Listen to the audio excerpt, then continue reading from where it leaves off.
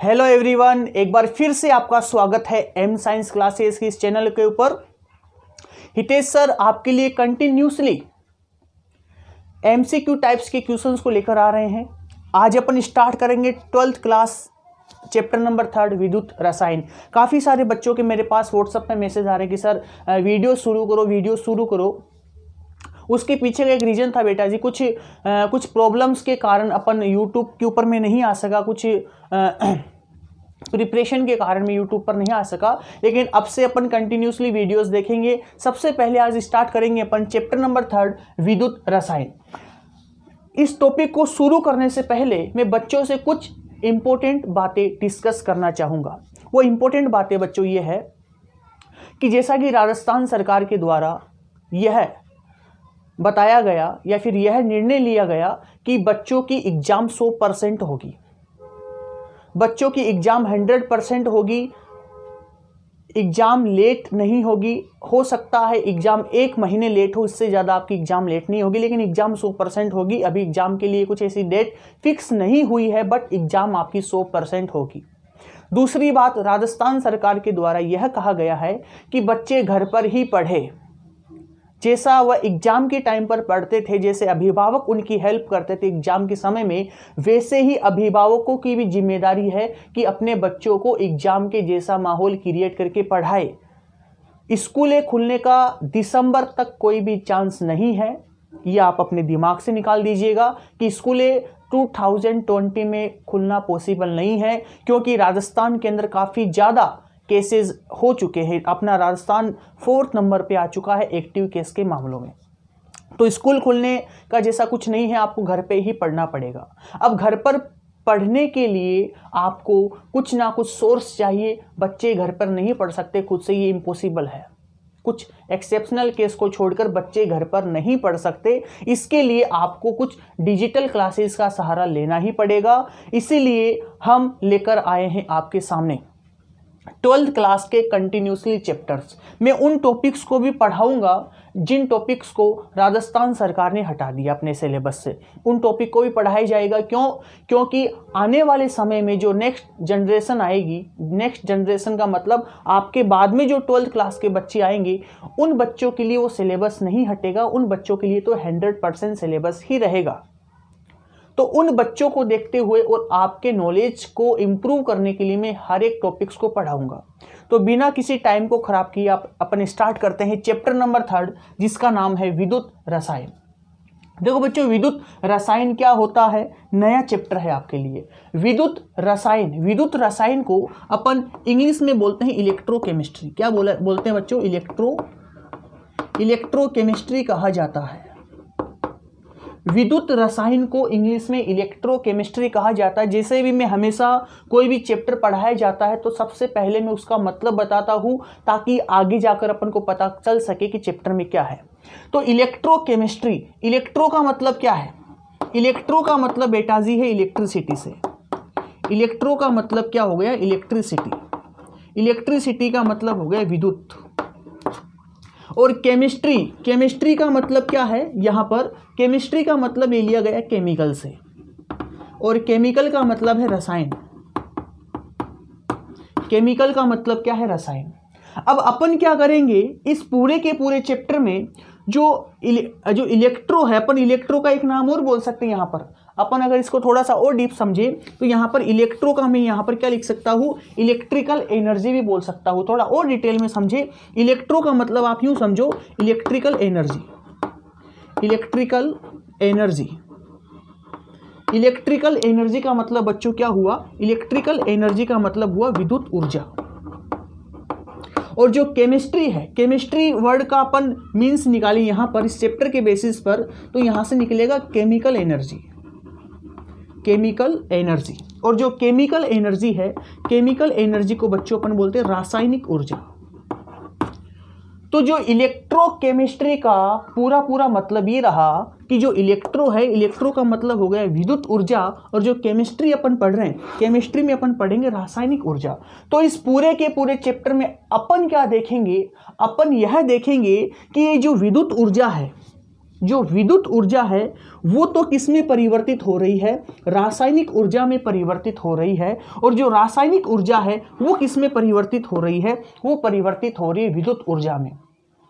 तो रासायनिक ऊर्जा का विद्युत ऊर्जा में परिवर्तन एवं विद्युत ऊर्जा का रासायनिक ऊर्जा में परिवर्तन का अध्ययन अपन केमिस्ट्री की जिस शाखा में करते हैं उसी शाखा को क्या नाम दे दिया गया बच्चों, इलेक्ट्रोकेमिस्ट्री नाम दे दिया गया, विद्युत रसायन नाम दे दिया गया। तो विद्युत रसायन का मतलब क्या हुआ, विद्युत रसायन का सीधा सीधा मतलब यही हुआ बच्चों कि इस चैप्टर के अंदर अपन बात करेंगे कि जो विद्युत ऊर्जा है वो तो परिवर्तित होती है रासायनिक ऊर्जा में, और जो रासायनिक ऊर्जा है वह परिवर्तित होती है विद्युत ऊर्जा में। तो रासायनिक ऊर्जा किस प्रकार से विद्युत ऊर्जा में परिवर्तित होगी और जो विद्युत ऊर्जा है वह किस प्रकार से रासायनिक ऊर्जा में परिवर्तित होगी, इसकी चर्चा अपन को करनी है। तो अब अपन इस चैप्टर की शुरुआत करते हैं। सबसे पहले अपन ने इंट्रोडक्शन की बात कर ली कि विद्युत रसायन का मतलब क्या है। विद्युत रसायन का सीधा सीधा मतलब यही होगा कि रसायन विज्ञान की वह शाखा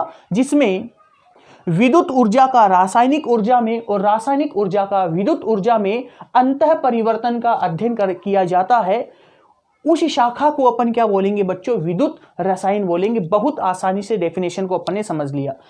अब यहां पर अपन कुछ और बातें सीखेंगे कि सर विद्युत ऊर्जा किस प्रकार से रासायनिक ऊर्जा में परिवर्तित होती है और जो रासायनिक ऊर्जा है वह किस प्रकार से विद्युत ऊर्जा में परिवर्तित होती है। तो बच्चों एक चीज याद रखना, इस पूरे के पूरे चैप्टर के अंदर अपन बस इतना ही समझेंगे कि जो विद्युत ऊर्जा है, मैं थोड़ा मोटा मोटा इसका इंट्रोडक्शन आपको बता दूं ताकि समझने में आसानी हो। जो विद्युत ऊर्जा है, विद्युत ऊर्जा परिवर्तित किस में होगी बच्चों, रासायनिक ऊर्जा में। और जो रासायनिक ऊर्जा है यह किस में परिवर्तित होगी, विद्युत ऊर्जा में परिवर्तित होगी।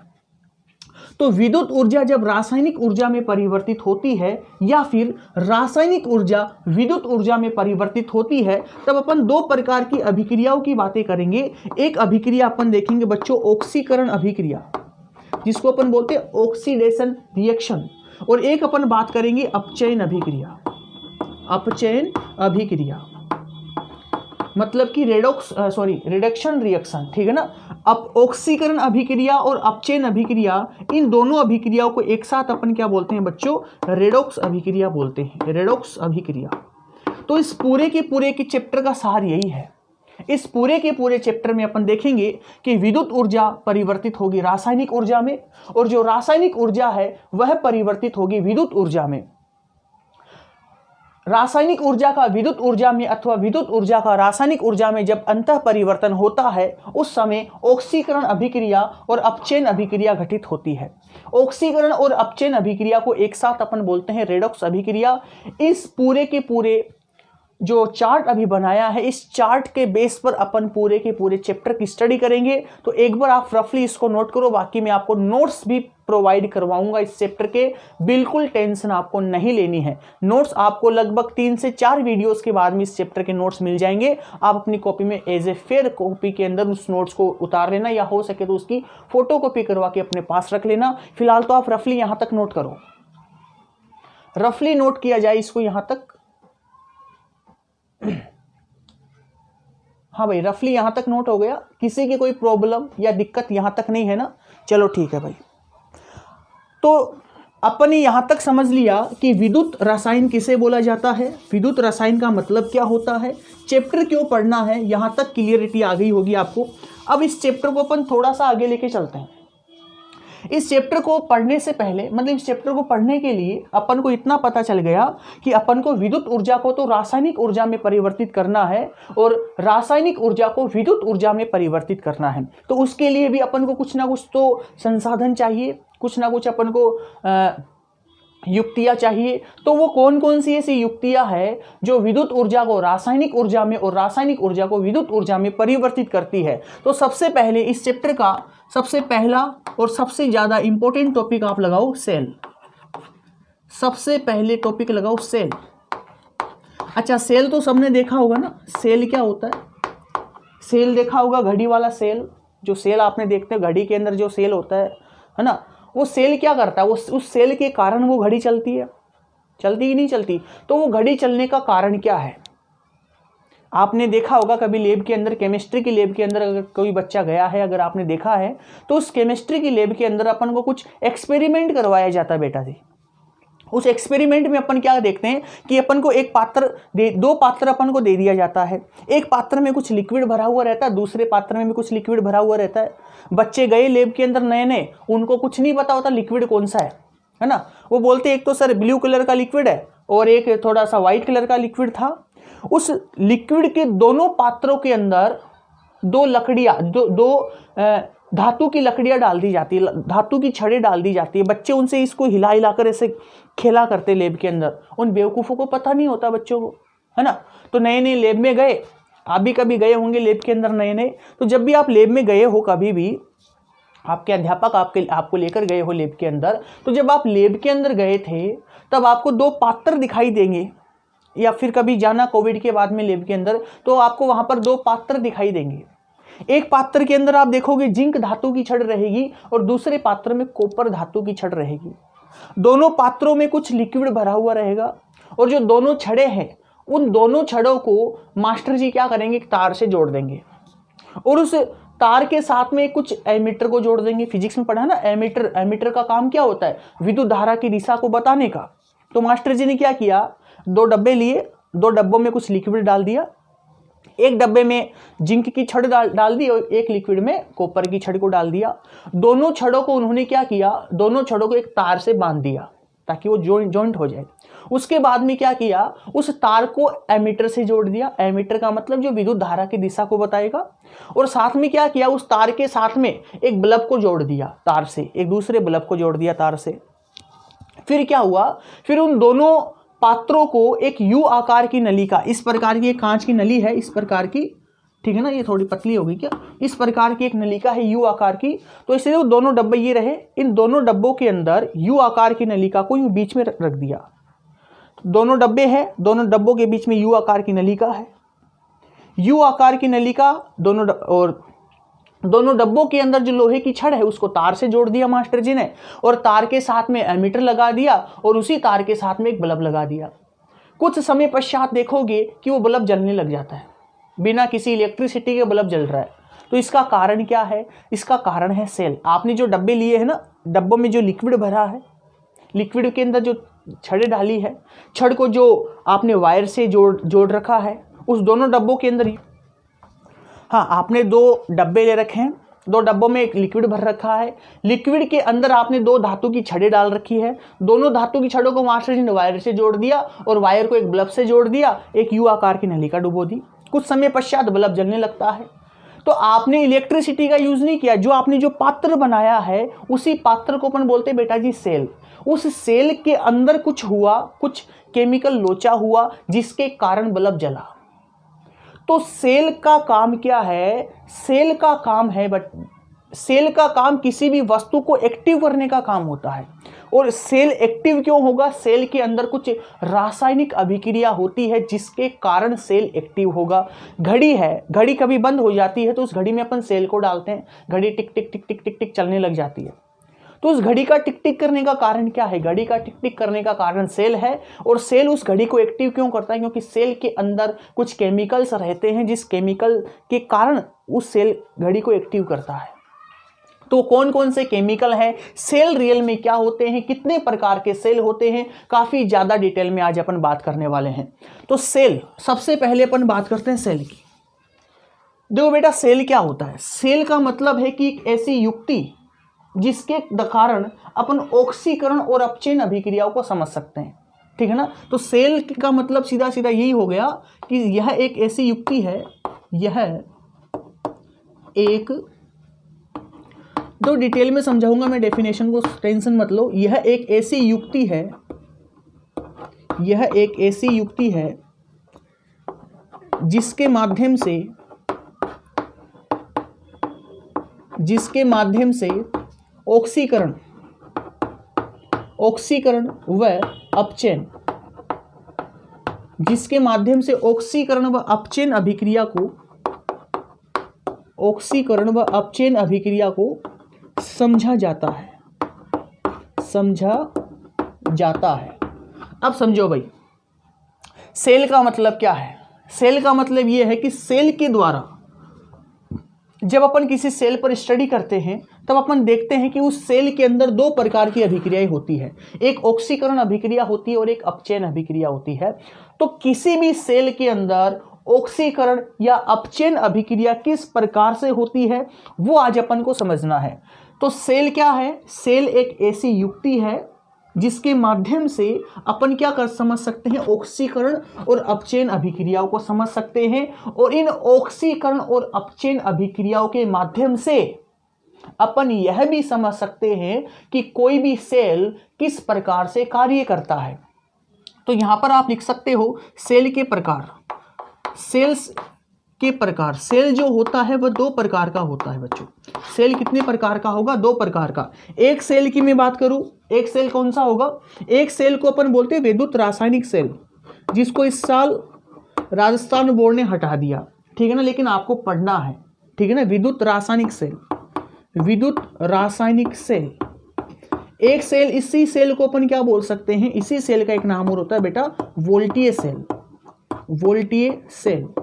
और इसी सेल का बेटा जी एक नाम और क्या होता है, galvanic cell, galvanic cell, galvanic cell.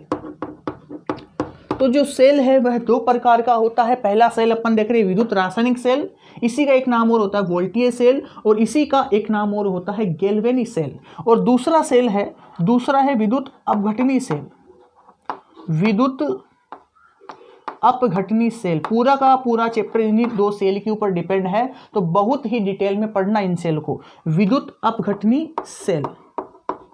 तो जो सेल है वह दो प्रकार का है, एक विद्युत रासायनिक सेल, विद्युत रासायनिक सेल का ही एक नाम और होता है वोल्टीय सेल, इसी का एक नाम और होता है गैल्वेनिक सेल। और दूसरा जो सेल है उसको अपन बोलते हैं विद्युत अपघटनी सेल।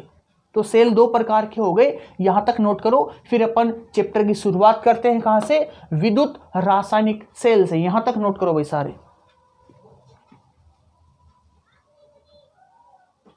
कर लेना भाई यहां तक सबने नोट। अब अपन बात करते हैं विद्युत रासायनिक सेल की। सबसे पहले अपन स्टार्ट करेंगे विद्युत रासायनिक सेल की। विद्युत रासायनिक सेल किसे कहा जाता है? चलो भाई स्टार्ट करते हैं चैप्टर को अच्छे से। यहां से चैप्टर की शुरुआत होती है। तो सबसे पहले आप सेल का नाम लिखिएगा, विद्युत रासायनिक सेल। सबसे पहला सेल है विद्युत रासायनिक सेल। विद्युत रासायनिक सेल का ही एक नाम और लिख सकते हो आप, गैल्वेनिक सेल, गैल्वेनिक सेल। इसी का एक नाम और लिख सकते हो आप, वोल्टीय सेल। गैल्वेनिक के बाद में वोल्टीय सेल। तो सबसे पहला सेल हो गया विद्युत रासायनिक सेल, इलेक्ट्रोकेमिकल सेल।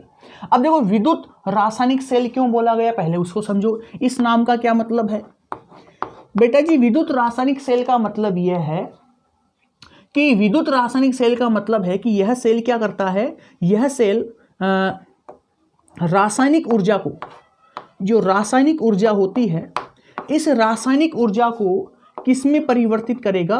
विद्युत ऊर्जा में परिवर्तित करता है, विद्युत ऊर्जा में।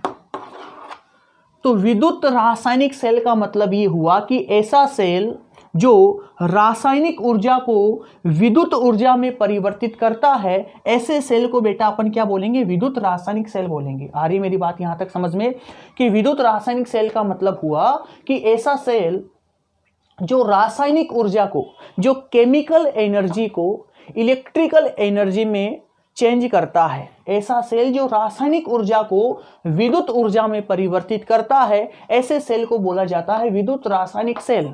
अब कैसे परिवर्तित करेगा वो अभी अपन थोड़ी देर बाद में देखने वाले हैं। सबसे पहले मैं सभी का मतलब बता दूं कि इसके नाम का मतलब क्या है, फिर अपन डिटेल में पढ़ेंगे और ज्यादा मजा आएगा। अच्छा, विद्युत रासायनिक सेल का मतलब पता चल गया। नाम क्यों पड़ा विद्युत रासायनिक सेल, इलेक्ट्रोकेमिकल सेल नाम क्यों पड़ा? क्योंकि ये जो सेल है, यह सेल रासायनिक ऊर्जा को विद्युत ऊर्जा में परिवर्तित करता है, इसलिए बोल दिया गया विद्युत रासायनिक सेल। अगला अपन बात करते हैं गैल्वेनिक सेल।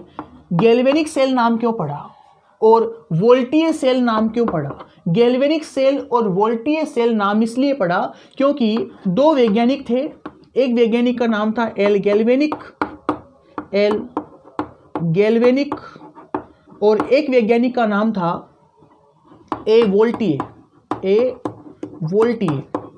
तो दो प्रकार के साइंटिस्ट थे बेटा जिन्होंने सेल की खोज की थी, जिन्होंने सेल को बनाया था। एक तो वैज्ञानिक था गैल्वेनिक और एक वैज्ञानिक था वोल्टीय। तो इन वैज्ञानिकों के नाम के आधार पर भी इस सेल को नाम दे दिया गया, मतलब इसके सम्मान में, इन वैज्ञानिकों के सम्मान में इस सेल को गैल्वेनिक सेल या वोल्टीय सेल भी कहा जाता है। चूंकि यह काम करता है रासायनिक ऊर्जा को विद्युत ऊर्जा में परिवर्तित करने का, तब इसको नाम दे दिया गया विद्युत रासायनिक सेल। क्योंकि इसकी खोज की थी गैल्वेनिक और वोल्टीय नामक वैज्ञानिक ने, तब इसको बोल दिया गया गैल्वेनिक सेल और वोल्टीय सेल। तो नाम के पीछे का राज क्या है वो मैंने आपको बता दिया। मेरे अकॉर्डिंग आपको यहां तक थोड़ा सा क्लियरिटी आ रही होगी कि नाम के पीछे का राज क्या है। क्यों विद्युत रासायनिक सेल बोला, ये रहा रीजन। क्यों गैल्वेनिक सेल बोला, ये रहा रीजन। और क्यों वोल्टीय सेल बोला, ये रहा रीजन। अब अपन आगे की चर्चा करते हैं कि विद्युत रासायनिक सेल क्या होता है। सर समझ में आ गया। अब विद्युत रासायनिक सेल होता कैसा है वो भी समझा दो। विद्युत रासायनिक सेल का डेफिनेशन हमको क्लियर हो गया कि ऐसा सेल जो रासायनिक ऊर्जा को विद्युत ऊर्जा में परिवर्तित करता है, विद्युत रासायनिक सेल कहलाता है। समझ में आ गया। गैल्वेनिक और वोल्टीय नामक वैज्ञानिक ने इसकी खोज की थी, तो इसको गैल्वेनिक और वोल्टीय सेल भी बोल दिया। समझ में आ गया। परंतु जो गैल्वेनिक सेल है, गैल्वेनिक सेल किस प्रकार से कार्य करता है, गैल्वेनिक सेल होता कैसा है वो भी समझा दो। अब समझो। अच्छा, गैल्वेनिक सेल की एक खास बात क्या है? गैल्वेनिक सेल की खास बात यह है कि इस सेल के अंदर में स्टार पॉइंट लगा के यहाँ पर बता रहा हूँ, फिर इसी पॉइंट पर अपन चर्चा करेंगे। जो गैल्वेनिक सेल है या जो वोल्टीय सेल है या जो विद्युत रासायनिक सेल है, इन सेल की खास बात यह है बेटा जी कि ये जो सेल होता है, इस सेल के अंदर स्वतः रेडॉक्स अभिक्रिया होती है। इस सेल की खास बात क्या है? इस सेल में स्वतः रेडॉक्स अभिक्रिया घटित होती है। याद रखना इस बात को कि विद्युत रासायनिक सेल या गैल्वेनिक सेल की खास बात होती है कि इस सेल के अंदर स्वतः मतलब अपने आप होने वाली अभिक्रिया, जिसे अपन बोलते हैं रेडॉक्स अभिक्रिया, वो संपन्न होती है। और इसी रेडॉक्स अभिक्रिया के कारण, इसी रेडॉक्स अभिक्रिया के दौरान इस सेल में किसकी उत्पत्ति होती है? विद्युत धारा की उत्पत्ति होती है। तो मैं एक लाइन यहाँ पर ही लिख दूँ ताकि आपकी कंप्लीट क्लियरिटी आ जाए लाइन को पढ़ते ही कि विद्युत रासायनिक सेल की खास बात क्या है। बाकी थ्योरेटिकल नोट्स मैं आपको प्रोवाइड करवा दूंगा, बिल्कुल टेंशन लेने की आवश्यकता नहीं है। एक बार तो आप रफली इनको नोट करते रहो। विद्युत रासायनिक सेल की खास बात क्या है? इसकी खास बात यह है कि स्वतः होने वाली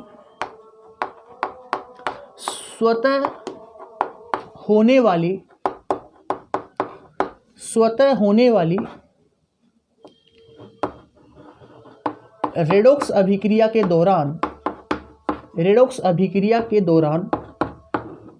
अभी थोड़ी देर में लाइन का मतलब भी समझ में आएगा। स्वतः होने वाली रेडॉक्स अभिक्रिया के दौरान सेल में विद्युत धारा उत्पन्न होती है।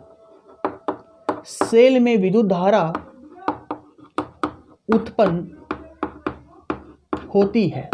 ये बहुत इंपॉर्टेंट लाइन है, जो कि ये जो लाइन है ये पूरे के पूरे सेल का निचोड़ है, एक प्रकार से जूस है पूरे के पूरे सेल का, कि इस सेल के अंदर एक तो स्वतः रेडॉक्स अभिक्रिया होती है और स्वतः रेडॉक्स अभिक्रिया के दौरान ही इस सेल में किसकी उत्पत्ति होगी बच्चों?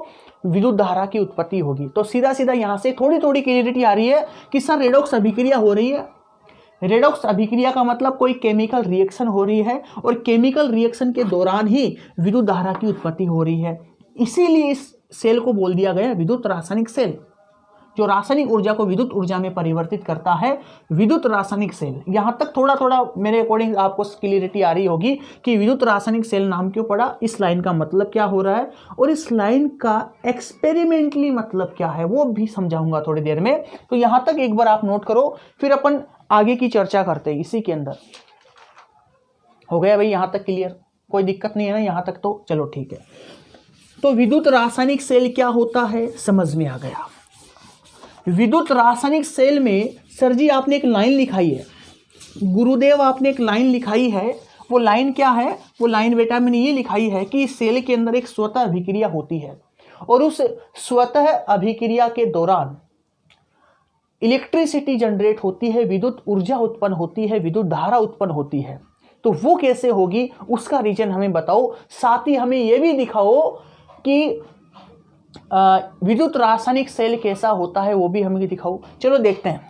तो सारे हेडिंग लगाओ, एक बार रफली आपको लिखना है, नोट्स प्रोवाइड में करवा दूंगा, बिल्कुल टेंशन लेने की आवश्यकता अब नहीं है। सर जी झूठ बोल रहे हो, अरे झूठ नहीं बोल रहा, सही बोल रहा हूँ, टेंशन मत लो, आपको कंप्लीट नोट्स में प्रोवाइड करवाऊंगा, ये मेरा आपसे प्रॉमिस है। हाँ हेडिंग लगाओ, संरचना, सेल की संरचना। इस सेल की संरचना कैसी होती है वो समझो पहले तो, धीरे धीरे सब कुछ समझ में आएगा, लेकिन आएगा कैसे? धीरे धीरे। अब देखो धीरे धीरे कैसे समझ में आएगा। सेल की संरचना देखो भाई कैसी होती है सेल की संरचना, चलो अपन बात करते हैं। सेल की संरचना कैसी होगी देखो, मेरे साथ साथ एक सुंदर सा डायग्राम बनाते रहना, देखना भाई। ये हमने एक पात्र लिया ऐसा, जो भी मैं बात कर रहा था ना लेब के अंदर देखा है, तो सर लेब का मुंह ही नहीं देखा अभी तक, देखोगे बच्चों देखोगे, टेंशन मत लो। ये एक पात्र लिया और ऐसा ही मैंने यहाँ पर एक दूसरा पात्र लिया ऐसा, ये मैंने एक दूसरा पात्र लिया, अरे पात्र हाँ टेढ़ा पात्र हो रहा थोड़ा सा, ये मैंने यहाँ पर एक लिया दूसरा पात्र ऐसा, पात्र थोड़ा सा खराब बन गया, चलो पात्र को थोड़ा सही बनाते हैं। ये पहला पात्र मैंने लिया यहाँ पर, सर डायग्राम थोड़ा सुंदर बनाओ, ये लो सुंदर डायग्राम बनाते चलो। दो पात्र लिए अपन ने, इस एक पात्र के अंदर हमने क्या रखा? एक विलयन को डाल दिया। अभी थोड़ी देर में बताऊंगा मैं कौन सा विलयन डाला है। इस पात्र में हमने एक लिक्विड को डाल दिया ऐसा, भर दिया लिक्विड को, भर दो और भर दो भर दो भर दो भर दिया। और दूसरे पात्र में मैंने कोई दूसरा लिक्विड लिया है, इसको मैं छोटे छोटे ऐसे डॉट से दिखा रहा हूँ भाई, लाइक लड्डू की बूंदी। सर सर्दियों में कैसे लड्डू की बातें कर रहे हो? घर पे बैठे बैठे लड्डू ही खा रहे हैं, 8-9 महीने हो गए। ये लो भाई, दो पात्र लिए हैं, दोनों पात्रों के अंदर अलग अलग लिक्विड हमने डाल दिया। इसको मिटा दो, ऊपर वाले टॉपिक को तो समझ में आ गया होगा आपको कि सेल की संरचना अपन को पढ़नी है। बहुत ही सुंदर डायग्राम बनाने जा रहे हैं अपन, देखते रहना एम साइंस क्लासेस के साथ सेल को। अब देखो भाई ध्यान से, इस पात्र में मैंने क्या किया? इस पात्र के अंदर मैंने एक छड़ को डुबो दिया, एक धातु की छड़ को मैंने डुबो दिया इससे। इसमें मैंने थोड़ी सी क्या कर दी? पेंटिंग कर दी ऐसे। ये धातु की छड़ को यूं डुबो दिया मैंने ऐसे, साथ साथ बनाते रहना भाई, ठीक है ना। दूसरे पात्र में मैंने क्या किया? दूसरे पात्र में भी मैंने एक छड़ को लिया और इस छड़ को यूं इसमें डुबो दिया। डिफरेंट करने के लिए इस पर कलर कर दिया, इस पर मैंने कलर नहीं किया ताकि आपके समझ में आए। फिर मैंने क्या किया? इन दोनों छड़ को एक वायर से जोड़ दिया। ये एक तार है, इस तार के ऊपर मैंने लगा दिया एमीटर, ये रहा वो एमीटर। इसके साथ मैंने कुंजी लगा दी और यूं जोड़ दिया मैंने इसको। इन दोनों पात्रों को आपस में जोड़ने के लिए, दोनों पात्रों को भी आपस में जोड़ने के लिए मैंने एक यू आकार की नलिका ली और इस यू आकार की नलिका को यूं उल्टा करके इस पात्र के अंदर लगा दिया ऐसे, और इस नलिका के अंदर कुछ मैंने भर दिया। थोड़ी देर में बताऊंगा मैंने क्या भरा है कुछ, लेकिन कुछ भरा है मैंने इस नलिका में, ठीक है ना। यू आकार की नलिका को भर दिया, थोड़ा सा अपना डायग्राम सुंदर बन गया ना, ठीक है। अब सुनो, ये जो पात्र अपन ने लिया है, इस पात्र में जो विलयन अपन ने भरा है, इस विलयन के अंदर बेटा जी क्या है? इस विलयन में है जिंक सल्फेट, ZnSO4 का विलयन। किसका विलयन लिया अपन ने? जिंक सल्फेट का विलयन लिया। और ये जो दूसरा पात्र आपको दिखाई दे रहा है, इस पात्र के अंदर क्या है? कॉपर सल्फेट, CuSO4 का विलयन है। किसका विलयन? CuSO4 का विलयन है। एक चीज हमेशा याद रखना, अगर आपको विद्युत रासायनिक सेल बनाना है तो जो विलयन आपने भरा है, जो विलयन आपने भरा है उसी विलयन की धातु की छड़ लेनी है। जैसे मैंने कौन सा विलयन भरा, इसके अंदर जिंक सल्फेट का विलयन भरा है, तब आपको क्या करना है, आपको जो छड़ है वो छड़ भी किसकी लेनी है, जिंक की छड़ लेनी है। किसकी, जिंक की छड़ ही लेनी है। इसके अंदर मैंने कॉपर सल्फेट का विलयन भरा तो छड़ किसकी लूंगा, मैं छड़ लूंगा कॉपर की छड़, कॉपर की छड़ लूंगा। आ रही ना मेरी बात समझ में। अच्छा, जिंक की छड़ को मैंने बोल दिया एनोड, जिंक की छड़ को मैंने क्या बोला बच्चों, एनोड बोला, ठीक है ना। और कॉपर की छड़ को मैंने क्या बोल दिया, कैथोड। कॉपर की छड़ को मैंने बेटा जी क्या बोल दिया, यहां पर कैथोड बोल दिया। अच्छा, इस एनोड के ऊपर मैं चार्ज मैंने दिखा दिया, नेगेटिव चार्ज। अभी बताऊंगा थोड़ी देर में कि एनोड के ऊपर नेगेटिव क्यों आया, इसको एनोड क्यों बोला। और कैथोड के ऊपर मैंने कर दिया पॉजिटिव चार्ज, ऐसा। ये अपना एक, अच्छा इसको अपन ने बोलते की कुंजी, इसे अपन क्या बोलते, कुंजी बोलते हैं, जो विद्युत धारा को बंद या चालू करने में काम आता है। और ये अपना क्या है, एमीटर। ये यहां पर क्या है, एमीटर है। और ये क्या है, लवण सेतु। ये जो यू आकार की नलिका आपको दिखाई दे रही है, इस यू आकार की नलिका को क्या बोलते हैं बच्चों, लवण सेतु बोलते हैं, लवण सेतु। और इस लवण सेतु के अंदर कुछ विलयन भर दिया मैंने, जैसे मान के चलो मैंने भर दिया KCl का विलयन। किसका विलयन भर दिया मैंने, KCl का विलयन भर दिया। या फिर मैं और किसका विलयन भर सकता हूं, मैं यहां पर भर सकता हूं पोटेशियम नाइट्रेट का KNO3 का विलयन। या फिर मैं किसका भर सकता हूं, या भर सकता हूं अमोनियम नाइट्रेट का NH4NO3 का। ये कुछ विलयन इसके अंदर भरे जाते हैं, क्या काम होता है सब कुछ बताऊंगा। तो डायग्राम मेरे अकॉर्डिंग क्लियर हुआ होगा आपको। डायग्राम के अंदर क्या करना, देखो समझो डायग्राम को। अगर आपको कह दिया जाए कि आपको विद्युत रासायनिक सेल बनाना है, तब आप बहुत ही आसानी से लैब के अंदर बना सकते हो। करना क्या है, आपको दो पात्र लेने हैं। एक पात्र में जिंक सल्फेट का विलयन डाल दो और एक पात्र में कॉपर सल्फेट का विलयन डाल दो। जिंक सल्फेट के पात्र में जिंक धातु की छड़ डाल दो, कॉपर सल्फेट विलयन के पात्र में कॉपर धातु की छड़ डाल दो। हो गया इतना काम। इन दोनों छड़ों को एक तार से जोड़ दो और तार को एमीटर से जोड़ दो, ताकि आपको विद्युत धारा की दिशा बता सके। इन दोनों पात्रों को एक यू आकार की नलिका के साथ में जोड़ दो। और उस यू आकार की नलिका में आपकी इच्छा है तो पोटेशियम क्लोराइड डाल दो, आपकी इच्छा है तो पोटेशियम नाइट्रेट डाल दो, आपकी इच्छा है तो अमोनियम नाइट्रेट डाल दो, आपकी है, ठीक है ना, वो आपकी मर्जी है। ऐसे आपका पूरा का पूरा एक सेल तैयार हो जाता है। जो आपने जिंक धातु की छड़ डाली है, उस जिंक धातु की छड़ को एनोड बोलते हैं और इसके ऊपर नेगेटिव चार्ज होता है। अभी थोड़ी देर में क्लियर करूंगा कि नेगेटिव चार्ज क्यों होता है। और जो कॉपर सल्फेट का जो विलयन है, जिसमें आपने कॉपर की छड़ डाली है, उस पर पॉजिटिव चार्ज होता है। यहां तक क्लियर हो गया। ये अपना पूरा का पूरा एक संरचना होती है, किसकी, पूरी की पूरी किसकी संरचना हुई है बच्चों, विद्युत रासायनिक सेल की संरचना होती है कि विद्युत रासायनिक सेल किस प्रकार से बनता है। यहां तक क्लियरिटी हो गई, यहां तक किसी कोई दिक्कत नहीं है ना। चलो ठीक है, इस डायग्राम को नोट करो, संरचना समझ में आ गई, किस प्रकार से काम करना है, कैसे लिखना है, कैसे एक प्रकार से विद्युत रासायनिक सेल बनता है।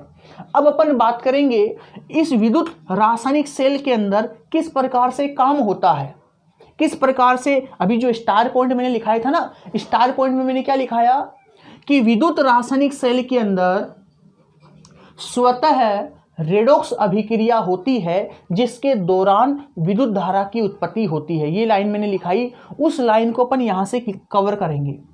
पूरा का पूरा टॉपिक इसी लाइन के ऊपर डिपेंड करता है। अब देखो, ये जो सेल आपको दिखाई दे रहा है, इस सेल के अंदर अपने आप कौन सी अभिक्रिया होगी, रेडॉक्स अभिक्रिया होगी। जैसे जैसे रेडॉक्स अभिक्रिया होती जाएगी, वैसे वैसे इस सेल के अंदर इलेक्ट्रिसिटी उत्पन्न होती जाएगी। तो कुल मिलाकर कुछ ना कुछ केमिकल रिएक्शन यहाँ पर हुई, इस पूरे के पूरे सेल में केमिकल रिएक्शन हुई और उस केमिकल रिएक्शन के कारण विद्युत धारा की उत्पत्ति हुई। इसी कारण हमने नाम दे दिया इसको विद्युत रासायनिक सेल। अब ये विद्युत धारा की उत्पत्ति कैसे हो रही है, रेडॉक्स रिएक्शन कैसे होगी, उस पर अपन को चर्चा करनी है। चर्चा करने से पहले आप इस डायग्राम को बनाओ, फिर इसको मेरे को मिटाना भी पड़ेगा, आपको काफ़ी सारी चीज़ें समझानी भी पड़ेगी। तो एक बार डायग्राम को फटाफट नोट करो, कर लेना भाई सबने डायग्राम को नोट, किसी प्रकार की कोई दिक्कत नहीं है ना। चलो मैं डायग्राम के अकॉर्डिंग ही आपको समझा दूं, ठीक है ना, डायग्राम के अकॉर्डिंग ही आपको मैं समझाता हूं। एक बार इसको मिटा दूं मैं। अब देखो किस प्रकार से ये वर्क करता है, जो विद्युत रासायनिक सेल है वह किस प्रकार से काम करता है वो समझते हैं अपन। समझो भाई कैसे होगा काम। देखो ध्यान से, अपने पास में ही क्या है, विद्युत रासायनिक सेल है। अब इस विद्युत रासायनिक सेल के अंदर जैसे अपन इस कुंजी को हटाते हैं, या फिर ये कुंजी ऐसे की ऐसे रहने दो, छोड़ो, विद्युत रासायनिक सेल का परिपथ जैसे ही संपूर्ण रूप से तैयार हो जाता है, एक विद्युत रासायनिक सेल आप प्रिपेयर कर लेते हो, तो कुछ समय पश्चात आप क्या देखोगे, कुछ समय पश्चात आप देखोगे कि जो जिंक धातु की छड़ है, ये जो जिंक धातु की छड़ है, इस जिंक धातु की छड़ का जो भार है वह धीरे धीरे कम होने लग जाता है। ऐसे ही यूं देखो, ये जो जिंक धातु की छड़ है, इस जिंक धातु की छड़ का जो भार है वो धीरे धीरे इस प्रकार से कम होने लग जाता है। अब देखो जिंक धातु पहले इतनी मोटी थी, अब जिंक धातु कुछ इस प्रकार से हो गई, ऐसी। कुल मिलाकर जिंक धातु का जो भार है ऊपर से धीरे धीरे कम हो गया। और जो कॉपर धातु की छड़ है, कॉपर धातु की छड़ का भार धीरे धीरे बढ़ने लग जाता है। यूं कॉपर धातु की छड़ कुछ मोटी हो जाती है, जबकि जिंक धातु की छड़ पतली होने लग जाती है।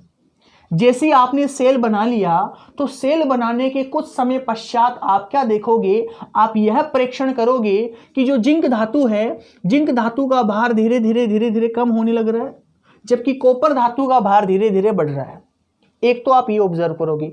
दूसरी बात आप क्या ऑब्जर्व करोगे, दूसरी चीज आप देखोगे कि ये जो कुंजी है, इस कुंजी का जो एरो का साइन है वो इस दिशा में चला जाएगा। इसका मतलब क्या हुआ, कुंजी इस दिशा में जा रही है, इसका मतलब विद्युत धारा का प्रवाह हो रहा है।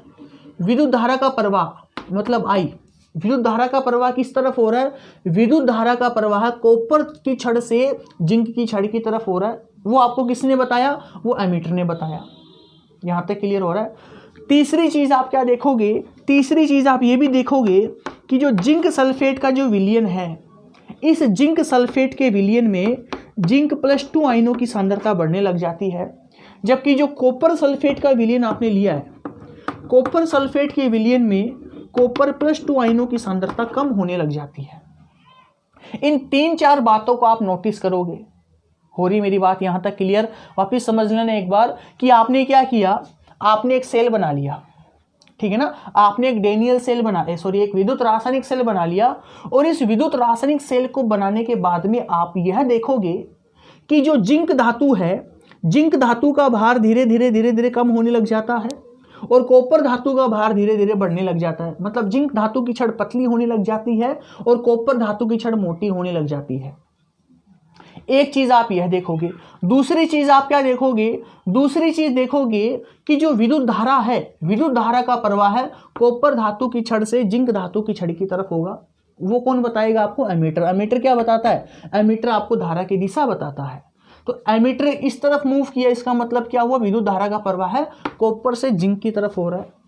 तीसरी चीज आप क्या देखोगे, तीसरी चीज देखोगे कि इस विलयन के अंदर, जिंक सल्फेट के विलयन के अंदर जो जिंक धातु है, जिंक आयन है, जिंक आयनों की सांद्रता बढ़ने लग जाती है। और जो कॉपर सल्फेट का विलयन है, कॉपर सल्फेट के विलयन में कॉपर +2 आयनों की सांद्रता कम होने लग जाती है।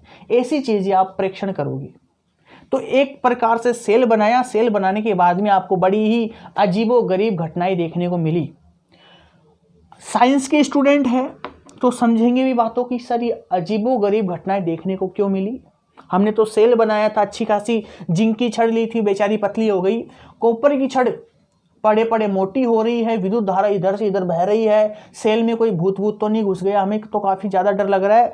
अपने आप जिंक +2 आयनों की सांद्रता बढ़ रही है, यहाँ से कॉपर सल्फेट में कॉपर +2 आयनों की सांद्रता कम हो रही है। कोई पतला हो रहा है, कोई मोटा हो रहा है, विद्युत धारा अपने आप बह रही है। मतलब इलेक्ट्रिसिटी अपने आप बह रही है। यहाँ पर अगर आप बल्ब भी लगा दो ना, कुछ थोड़ा और डरावना कर रहे हैं माहौल को, जैसे आपने यहाँ पर बल्ब लगा दिया तो बल्ब भी सर अपने आप जल गया, है ना, अपने आप रोशनी हो गई। हमने तो कुछ प्लग व्लग कुछ चालू ही नहीं किया, अपने आप बल्ब जलने लग गया। हो सकता है लैब में कुछ हो सकता है लैब में कोई भूत हो, बच्चे भाग गए। अगर ऐसा एक्सपेरिमेंट रात को 1 या 2 बजे करवाए जाए ना बच्चों से, बच्चे एक भी नहीं मिलेंगे लैब के अंदर। तो बच्चों ऐसा कुछ नहीं है, है ना। जो भूत है वो आप खुद ही थे, बल्ब आपके द्वारा ही जला था, है ना, वो टेंशन नहीं है। हाँ, बल्ब क्यों जला था वो सुनो। ये छड़ पतली क्यों हो रही थी, कॉपर की छड़ मोटी क्यों हो रही है, जिंक के अंदर जिंक प्लस 2 आयनों की सांद्रता क्यों बढ़ी, कॉपर सल्फेट में कॉपर प्लस 2 आयनों की सांद्रता क्यों कम हुई, इन सभी बातों का जवाब अभी अपन थोड़ी देर में देते हैं, ठीक है ना। अब समझो बातों को ध्यान से। इसको तो डायग्राम को मिटा दूं मैं बोर्ड से, बाकी डायग्राम आप अभी कुछ समय पश्चात आपके सामने फिर एक डायग्राम प्रकट होगा। उस डायग्राम को देखकर आप काफ़ी आसानी से चीज़ों को समझ सकते हो, ठीक है ना।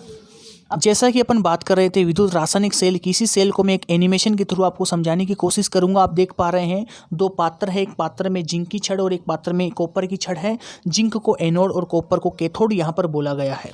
जिंक सल्फेट के विलयन में आप देख पा रहे हो जिंक +2 आयन और SO4 -2 आयन मतलब सल्फेट -2 आयन उपस्थित है, जबकि दूसरे पात्र में कॉपर सल्फेट का विलयन भरा हुआ है जिसमें Cu +2 आयन और SO4 -2 आयन उपस्थित है। इस पूरे के पूरे दोनों छड़ों को एक वायर से जोड़ के रखा है और वायर के साथ में एक बल्ब अपन ने यहाँ पर लगा दिया। यहाँ से क्या होगा, इन दोनों पात्रों को एक यू आकार की नलिका से जोड़ते हैं जिसको अपन लवण सेतु बोलते हैं। इस पात्र में जिंक धातु से इलेक्ट्रॉन कॉपर धातु की तरफ जाते हैं जिससे कि विद्युत धारा की उत्पत्ति होती है और बल्ब जलने का संकेत है कि इस सॉल्यूशन में विद्युत धारा की उत्पत्ति हो गई। यहाँ पर एक ऑक्सीकरण अभिक्रिया होती है जिसके दौरान जिंक धातु से Zn+2 आयन जिंक सल्फेट के विलयन में जाते हैं और अपने इलेक्ट्रॉन का त्याग करते हैं। जो लाइट कलर की डॉट आपको दिखाई दे रही है वो इलेक्ट्रॉन्स है। और इलेक्ट्रॉन्स कहाँ मूव करेंगे, इलेक्ट्रॉन्स मूव कर रहे हैं कॉपर धातु की तरफ। और जैसे ही जिंक धातु से इलेक्ट्रॉन कॉपर धातु की तरफ मूव करते हैं तो कॉपर सल्फेट के विलयन में जो Cu+2 आयन है वह इलेक्ट्रॉन को देखते ही कॉपर की छड़ पर इकट्ठा होने लग जाते हैं, जिस कारण इस विलयन में SO4- आयनों की सांद्रताएं बढ़ जाती है और कॉपर सल्फेट में जो कॉपर की छड़ है वह मोटी हो जाती है, उसका भार बढ़ जाता है। अब इस विलयन में जिंक +2 आयनों को उदासीन करने के लिए लवण सेतु से सोडियम +2 आयन विलयन में आते हैं, जबकि कॉपर सल्फेट में जो SO4- आयन होते हैं, SO4- आयनों को उदासीन करने के लिए Cl- आयन विलयन में आते हैं। और ओवरऑल ये पूरी की पूरी रिएक्शन कुछ इस प्रकार से होती है। जिंक और कॉपर की एक। अब देखो भाई ध्यान से, यहाँ पर आपको एक डायग्राम नजर आ रहा होगा, ठीक है ना। इस डायग्राम के आधार पर देखो, सबसे पहले अपन ने क्या ऑब्जर्व किया, सबसे पहले अपन ने ऑब्जर्व किया कि जो जिंक धातु की छड़ है, इस जिंक धातु की छड़ का जो भार है वह कम होने लग जाता है। तो कम होने का मतलब ये हुआ, कम इसलिए हुआ जिंक धातु का भार, जिसका कारण ये है कि जिंक का ऑक्सीकरण होता है। जिंक का बेटा जी क्या होगा, ऑक्सीकरण। जिंक का ऑक्सीकरण होने के कारण जो जिंक धातु आपको दिखाई दे रही है ना, जिंक धातु धीरे धीरे पतली होने लग जाती है। इसका कारण ये है कि जो जिंक धातु है, ये जिंक धातु है, जिंक धातु से क्या होगा, जिंक धातु से जो जिंक आयन है वह Zn+2 के रूप में निकल जाएंगे और 2 इलेक्ट्रॉन छोड़ जाएंगे। इसे ऐसे कैसे हुआ समझो। ये वो बीकर था, इस बीकर में जिंक धातु की छड़ है, ठीक है ना। ये वो जिंक सल्फेट का विलयन है, थोड़ा ऐसे समझो इसको। यहाँ से क्या हुआ, यहाँ से एक जिंक +2 आयन बाहर निकला, Zn+2 आयन बाहर निकला, जो कहाँ पर चला गया, इस विलयन में चला गया Zn+2 आयन। जैसे जिंक ने क्या किया, अपना 2 इलेक्ट्रॉन का दान किया, तभी तो जिंक +2 आयन बनेगा ना। इलेक्ट्रॉन देना क्या होगा, ऑक्सीकरण। इलेक्ट्रॉन का त्याग करना क्या होता है, ऑक्सीकरण होता है। हमको ये चीजें सारी कैसे पता चली, क्योंकि हमको एमीटर जो था ना बेटा, एमीटर ऐसा यहाँ पर कुछ एमीटर लगा हुआ था, ये एमीटर क्या बता रहा था, ये एमीटर अपन को बता रहा था कि जो धारा की दिशा है वो इस तरफ हो रही है, जो विद्युत धारा है ना वो इस तरफ गति कर रही है, विद्युत धारा की दिशा ये है, कॉपर से जिंक की तरफ है, ये अपन को एमीटर बता रहा था। इसका मतलब फिजिक्स में पढ़ा है ना कि इलेक्ट्रॉनों के विपरीत दिशा में विद्युत धारा की दिशा होती है।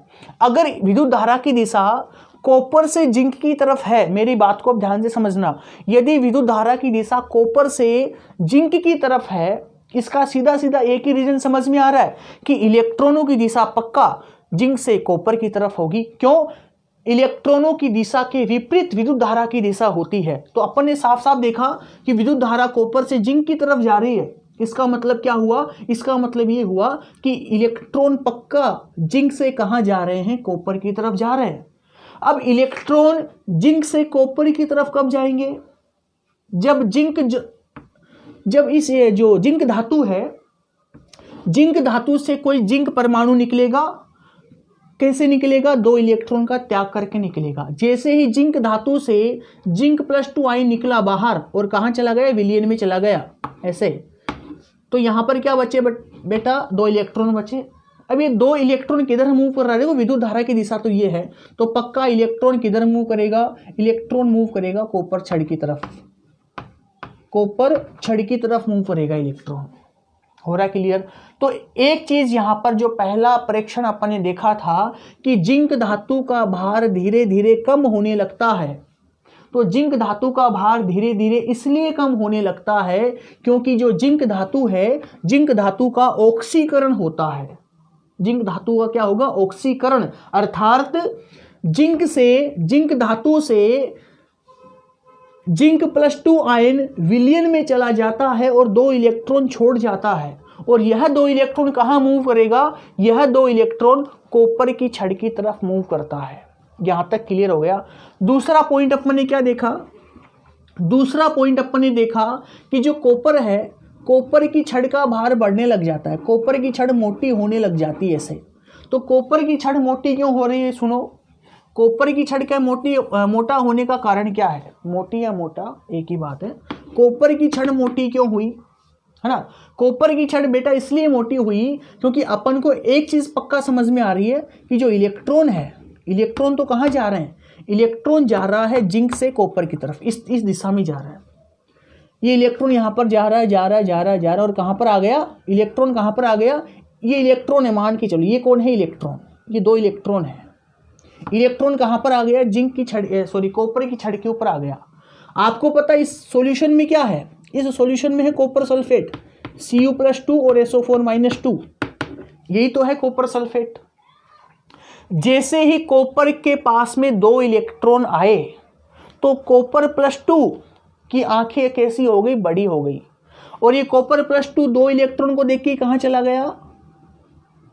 कॉपर की छड़ की तरफ चला गया। अब देखो कुछ ऐसा हो रहा है, मैं 3D में आपको दिखाने की कोशिश करता हूं। ये वो छड़ है, यहां पर कॉपर +2 आयन है और यहां पर 2 इलेक्ट्रॉन है। जैसे ही कॉपर +2 ने इलेक्ट्रॉन को देखा तो कॉपर +2 की आंखें 4 हो गई और कॉपर +2 भागता कहां चला गया? इस कॉपर की छड़ के ऊपर आ गया। इसका मतलब क्या हुआ कि कॉपर ने जिंक के 2 इलेक्ट्रॉन को ग्रहण कर लिया। और जिंक के 2 इलेक्ट्रॉन कहां जा रहे हैं? जिंक के 2 इलेक्ट्रॉन कॉपर की तरफ जा रहे हैं। तो कॉपर ने जिंक के 2 इलेक्ट्रॉन को ग्रहण करके उदासीन हो गया और कहां पर इकट्ठा हो गया? कॉपर की छड़ के ऊपर इकट्ठा हो गया। ऐसे बहुत सारे इलेक्ट्रॉन, बहुत सारे जिंक +2 आयन इस विलयन में गिरते जाएंगे। बहुत सारे इलेक्ट्रॉन कॉपर की छड़ की तरफ मूव करेंगे और बहुत सारे Cu+2 आयन इन 2 इलेक्ट्रॉन को ग्रहण करते कहां चले जाएंगे? कॉपर की छड़ के ऊपर चले जाएंगे। तो कुल मिलाकर जिंक के ऊपर तो क्या हुआ? ऑक्सीकरण। कॉपर ने क्या किया? कॉपर ने कुछ यूं काम किया। देखो भाई, कॉपर +2 आयन था, कॉपर +2 आयन ने 2 इलेक्ट्रॉन ग्रहण किए। ये 2 इलेक्ट्रॉन इसने ग्रहण किए और क्या बन गया? कॉपर बन गया। इलेक्ट्रॉन का त्याग करना तो क्या हुआ? ऑक्सीकरण। और इलेक्ट्रॉन का ग्रहण करना क्या हुआ? अपचयन।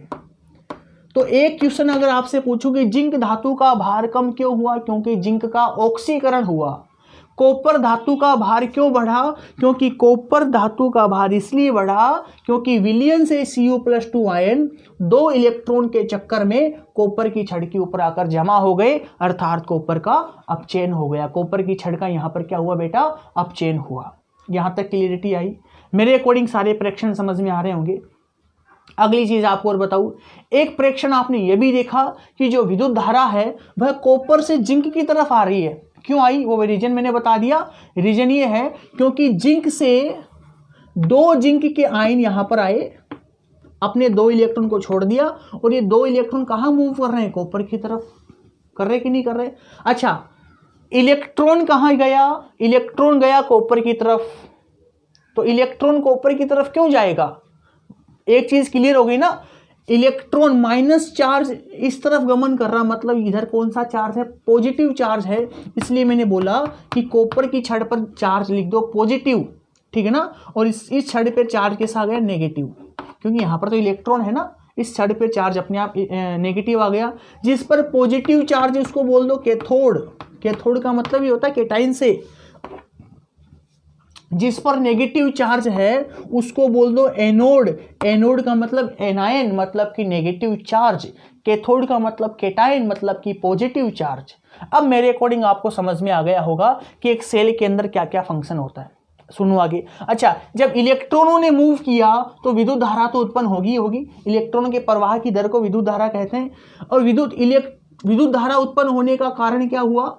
विद्युत धारा क्यों उत्पन्न हुई? क्योंकि इलेक्ट्रॉन गति कर रहे हैं। इलेक्ट्रॉन किधर गति कर रहे हैं? इलेक्ट्रॉन जिंक से कॉपर की तरफ गति कर रहे हैं, इसलिए विद्युत धारा उत्पन्न हुई।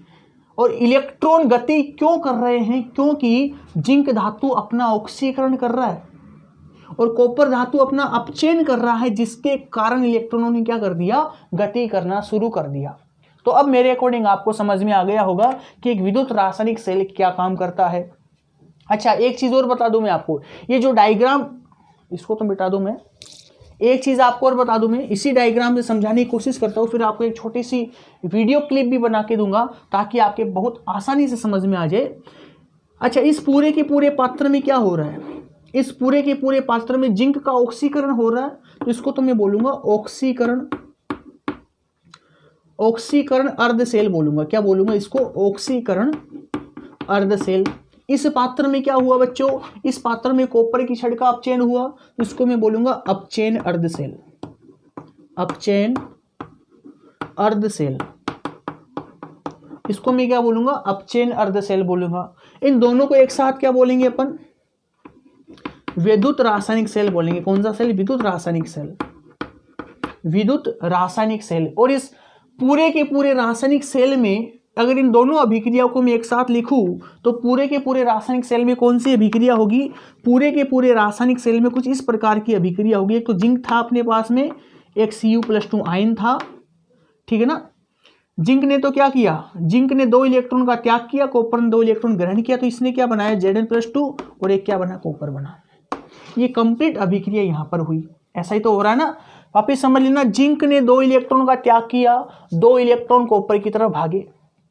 इन 2 इलेक्ट्रॉनों को देखते ही Cu+2 आयन जो कि विलयन में पड़ा है, Cu+2 आयनों की आंखें 4 हुई और Cu+2 आयन इलेक्ट्रॉनों की तरफ भागे और यह Cu+2 आयन 2 इलेक्ट्रॉन ग्रहण करके कॉपर में अपचयित हो गए और कॉपर यहां पर आकर जम गया, जिसके कारण कॉपर की छड़ का भार बढ़ गया। तो इलेक्ट्रॉन जिंक से कॉपर की तरफ गति कर रहे हैं, इसका मतलब विद्युत धारा की उत्पत्ति होगी और विद्युत धारा कॉपर से जिंक की तरफ जाएगी। तो कुल मिलाकर एक प्रकार से केमिकल रिएक्शन यहां पर हो रही है और उस केमिकल रिएक्शन के कारण, इस केमिकल रिएक्शन के कारण क्या होगा? इस केमिकल रिएक्शन के कारण विद्युत धारा की उत्पत्ति होगी।